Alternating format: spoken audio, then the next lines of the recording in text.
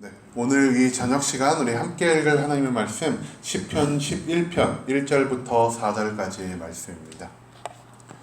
시편 11편 1절부터 4절까지의 말씀이 짧으니 저희 다 같이 한 목소리로 읽도록 하겠습니다. 시편 11편 1절 말씀부터 다 같이 읽도록 하겠습니다. 내가 여호와께 피하였거늘 너희가 내 영혼에게 새같이 내 산으로 도망하라 함은 어찌함인가. 악인이 활을 당기고 화살을 시위에 먹이며 마음이 바른 자를 어두운 데서 쏘려 하는도다. 터가 무너지면 의인이 무엇을 하랴. 여호와께서는 그의 성전에 계시고 여호와의 보좌는 하늘에 있으며 그의 눈이 인생을 통촉하시고 그의 안목이 그들을 감찰하시도다. 아멘. 네, 오늘 우리 저녁의 시간 함께 나눌 하나님의 말씀은 어디로 도망쳐야 합니까? 라는 제목을 가지고 우리가 한번 함께 말씀을 나눠보도록 하겠습니다. 우리가 여태껏 시편 3편에서 시편 10편까지 계속해서 누구의 시를 배워왔죠? 저희가 다윗의 시를 배워왔습니다. 그런데 이 11편에는 유독 특이하게도 다윗의 시라는 제목이 붙어있지 않습니다. 다윗이 아니라 다른 시인이 쓴 시이기도 하지만 이 시편 11편이 조금 더 특별한 이유는 무엇인가? 이 시편 11편이 신뢰시로 분류되고 있다는 것에 조금 더 특이점을 갖고 있을 것 같습니다. 여태껏 우리가 다윗의 시를 계속 찾아보면요, 다윗의 시의 대부분은 탄원시라는 것을 알고 있습니다. 탄원시라는 것을 알게 됩니다. 탄원시가 무엇이냐? 내가 세상에서 어떤 문제가 생겼고 그리고 그 문제로 인하여 하나님께 내가 부르짖는 기도를 하는 것이 바로 탄원시입니다. 그리고 그 탄원의 대체적인 이유는 무엇이냐? 우리가 어제 말씀을 함께 나눈 것처럼 하나님이 응답하지 않으신다는 겁니다. 하나님의 침묵, 하나님의 응답하지 않으심으로 인하여 다윗은 고통스러워하고 그 고통으로 인하여 하나님 나의 기도에 빨리 응답해 주시고 저 악인들을 빨리 심판해 주시옵소서, 그리고 의인들을 빨리 구원하여 주시옵소서라는 그 기도의 양식을 가진 것이 우리는 탄원시라고 계속해서 말씀드리고 있습니다. 그런데 이 신뢰시는 다릅니다. 의인들이 악인들에게 고통받는 상황은 똑같고요, 그리고 그 시인이 고통받는 상황으로 인하여 하나님께 기도하는 것은 똑같습니다. 하지만 탄원시가 하나님의 응답하시지 않음으로 인하여 하나님 빨리 응답해달라고 응답을 촉구하는 시였다면 이 신뢰시는 하나님이 응답하지 않으심에도 불구하고 나는 하나님께 탄원함 없이 오직 하나님만을 신뢰하며 하나님만을 믿고 이 상황을 이겨내 나아갈 수 있습니다라고 고백하는 그 시인의 믿음이 조금 더 돋보이는 시가 바로 이 신뢰시의 양식이라 할 수 있겠습니다. 우리의 기도, 개인적인 고통을 하나님이 부재함을 원망하며 하나님이 응답하지 않으심을 탄식하며 내가 다윗처럼 하나님께 탄식의 기도를 올리는 것이 아니라 우리의 기도 또한 이 시편 11편에 나오는 시인의 기도처럼 하나님이 응답하지 않으심에도 나의 고통과 괴로움에도 불구하고 하나님이 언젠가 나의 기도에 응답하실 것을 확실히 신뢰하며 그 하나님을 온전히 믿음으로 나아갈 수 있는 그런 기도의 시간을 우리 모두가 할 수 있기를 간절한 마음으로 소망합니다. 자, 그렇다면은 이 신뢰시에서 시인이 무엇을 인해 고통받고 있는지 우리가 한번 알아볼 필요가 있는데요. 이 신뢰시에서 시인의 상황은 이렇습니다. 악한 자들이 시인을 괴롭히고 시인을 죽이기 위해 쫓아오고 있습니다. 이 악인들에게 쫓기면서 시인은 결정해야 할 것이 있습니다. 바로 내가 어디로 도망할 것인가. 오늘 우리 말씀의 제목과도 똑같죠? 내가 도대체 어디로 도망가면 좋을까? 시인은 이것에 대해 고민을 할 것입니다. 그런데 이 수많은 선택지, 도망할 수 있는 나의 피난처로 선택할 수 있는 여러 가지 중에서 시인은 오직 하나님에게로만 피하는 그 선택지를 결정하게 됩니다. 우리가 이것을 시편 11편 1절의 말씀을 통해 발견할 수 있습니다. 시편 11편, 이 말씀의 시작이 어떻게 시작하고 있죠? 내가 여호와께 피하였거늘. 시인은요, 내가 악인에 의해 고통받고 도주하는 데 있어서 다른 그 어떠한 선택지도 살펴보지 않습니다. 시인은 고통의 순간, 내가 도주의 순간부터 내 피난처를 단 한 곳으로밖에 정해놓지 않았다는 거죠. 그리고 그 피난처가 바로 여호와, 나를 사랑하시고 나를 구원하시고 그리고 정의로우신 그 하나님만이 나의 유일한 피난처가 되신다라고 생각했기 때문에 시인은 하나님께만 피하였습니다. 그런데 이 하나님께만 피한, 하나님만을 유일한 피난처로 삼은 시인에게 악인들이 이렇게 권유하고 속삭입니다. 너희가 내 영혼에게 새같이 산으로 도망하라 함은 어찌함인가 라고 말이죠. 여기서 너희는 시인을 괴롭게 하고 시인의 목숨을 탈취하기 위해서 시인을 뒤쫓고 있는 악인들을 의미합니다. 그런데 그 악인들이 하나님께로 도망한 시인에게 이렇게 권유한다는 것이죠. 야, 너 새같이 날아서 저 산으로 도망해라 라고 말입니다. 여기서 우리가 산을 볼 때요, 우리가 일반적으로 생각할 수 있는 되게 완만한 구릉이나 그냥 단숨에 올라갈 수 있는 우리의 뒷동산과 같은 그러한 산을 생각하시면 안 될 것 같습니다. 여기서 시인은 이스라엘에 살던 사람입니다. 그리고 여기서 말하는 산 또한 이스라엘을 배경으로 한 기본 배경 지식이 포함되어 있기 때문에 우리는 이 산을 볼 때 이스라엘을 중심으로 이 산을 해석해야 한다는 것이죠. 이스라엘의 산은 몇 가지 특징이 있습니다. 대부분의 산이 이 흙이나 나무 같은 걸로 이루어진 것이 아니라 대부분 돌이나 바위 같은 걸로 이루어진 산들이 많습니다. 또한 이스라엘 산은 돌이나 바위 같은 것으로 이루어져 있기 때문에 그 사이사이에 생긴 구멍들, 즉 동굴들이 굉장히 많은 지형을 가지고 있습니다.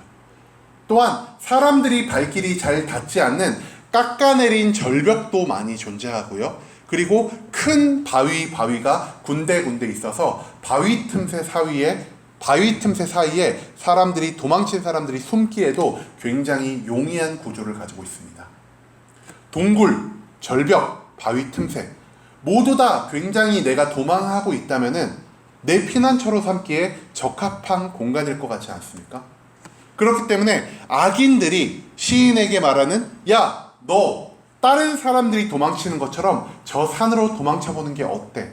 라고 권유하는 것은 굉장히 나의 이성적이고 내 현실적인 판단에 근거했을 때 굉장히 합리적인 판단으로 보일 수 있다는 것입니다. 그런데 여기서 우리가 악인들의 속임수, 악인들의 악한 계략을 발견할 수 있습니다.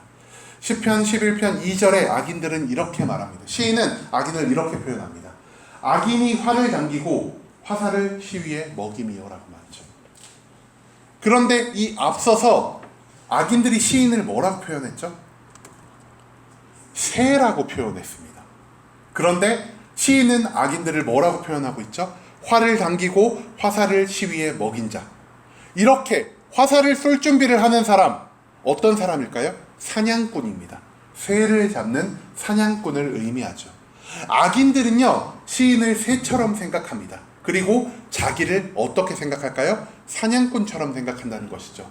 사냥꾼에게 있어서 새를 잡는 것은 그리 어렵지 않은 일 같습니다.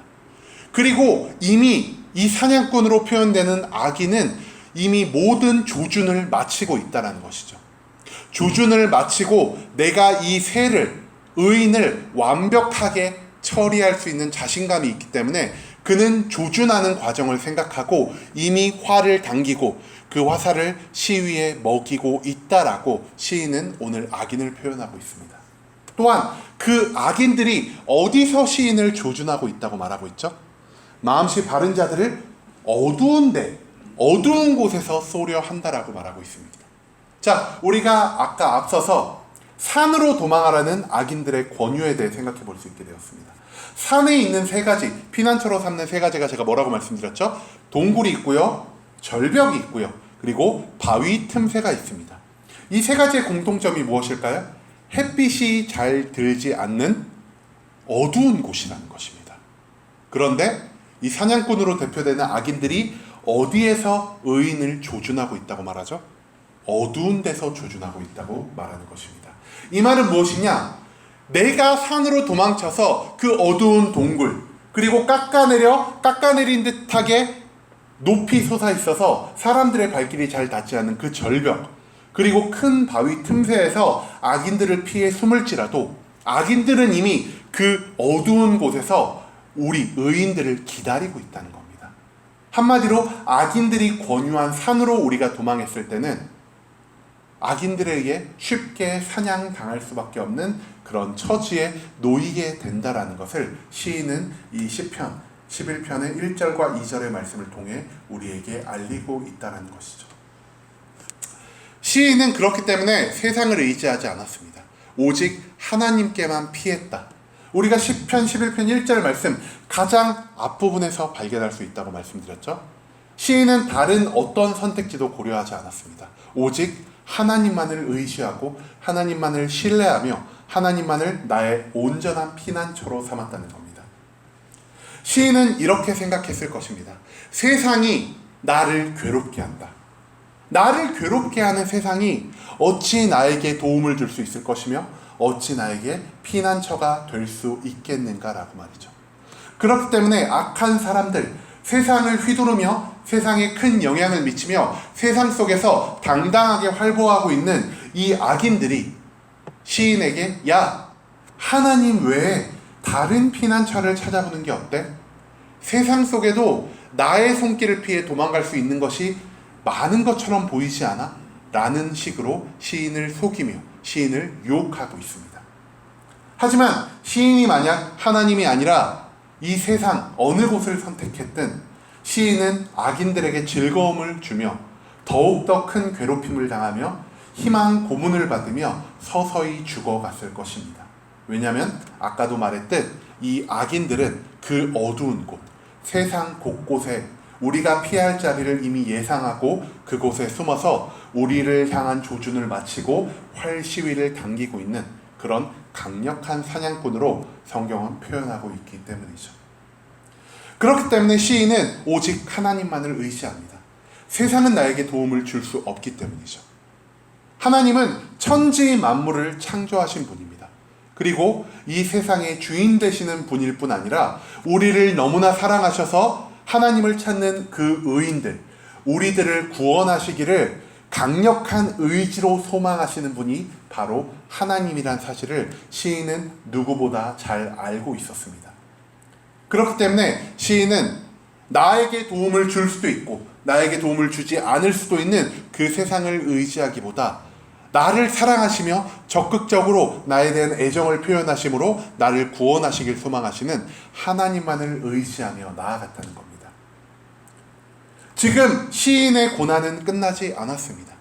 시인의 고난이 끝나지 않았음에도 불구하고 시인은 이런 기도를 말합니다. 시편 11편 4절 말씀입니다. 여호와께서는 그의 성전에 계시고 여호와의 보좌는 하늘에 있으며 그의 눈이 인생을 통촉하고 그의 안목이 그들을 감찰하신도다. 하나님은 활동하지 않으심에도 불구하고 이미 하늘 위에서 그 모든 것을 지켜보고 있다라고 시인은 말하고 있습니다.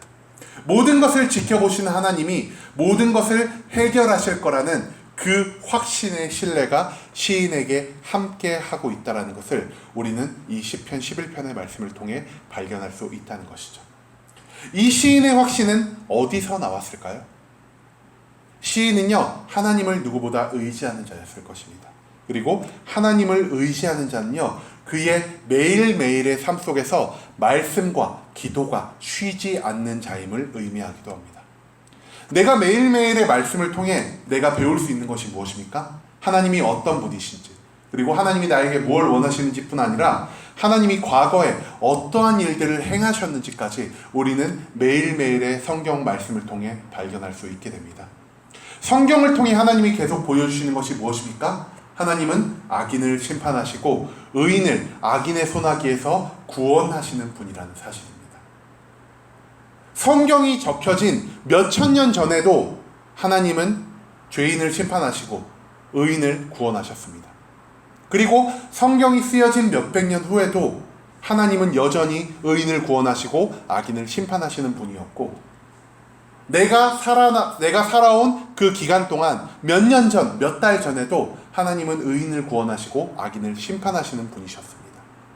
그렇다면은 과거에도 나를 구원하셨던 하나님이 현재의 나를 구원하실 것이 확실하지 않겠습니까? 그리고 과거와 현재의 나를 구원하실 그 하나님이 미래에 내가 고통받고 있는 그 순간에도 나를 구원하실 것이 너무나 당연하지 않겠습니까? 시인은 그렇기 때문에 하나님을 신뢰하며 나아갈 수 있었습니다.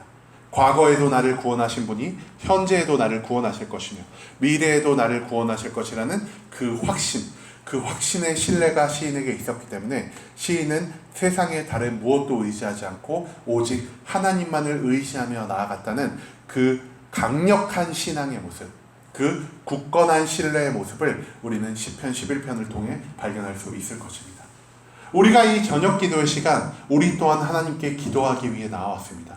우리의 삶에 문제가 있어서 또는 내가 계속해서 기도하는 그 기도의 제목이 이루어지지 않았기 때문에 우리는 오늘도 침묵하시고 응답하시지 않는 하나님을 보며 하나님 빨리 응답해 주세요. 하나님 빨리 나의 기도를 들어주세요라는 그 마음가짐을 갖고 이 자리에 나왔습니다. 하지만 우리의 기도가 단순히 하나님의 부재하심, 하나님의 늦게 응답하심으로 인하여 하나님께 탄식하고 하나님께 탄원하는 그러한 기도로만 끝나지 않기를 소망합니다. 오늘 시편의 이 11편의 말씀처럼 우리가 하나님의 침묵 가운데, 하나님의 응답하지 않은 가운데 내가 불평불만을 하며 하나님의 빠른 개입을 촉구하기만 하는 기도를 하는 게 아니라 내가 하나님이 응답하지 않으심에도 나의 문제가 해결되지 않음에도 불구하고 하나님만을 온전히 의지하며 과거에도 나의 문제를 해결하신 하나님이 오늘 지금 이 순간 나의 문제도 언젠가 하나님의 때에 하나님의 장소에서 하나님의 방법에 합당하게 해결해 주실 것이라는 그 강한 믿음, 강한 신뢰를 갖고 우리 모두가 이 저녁 기도의 시간 함께 기도하는 그런 시간이 되길 간절한 마음으로 소망합니다.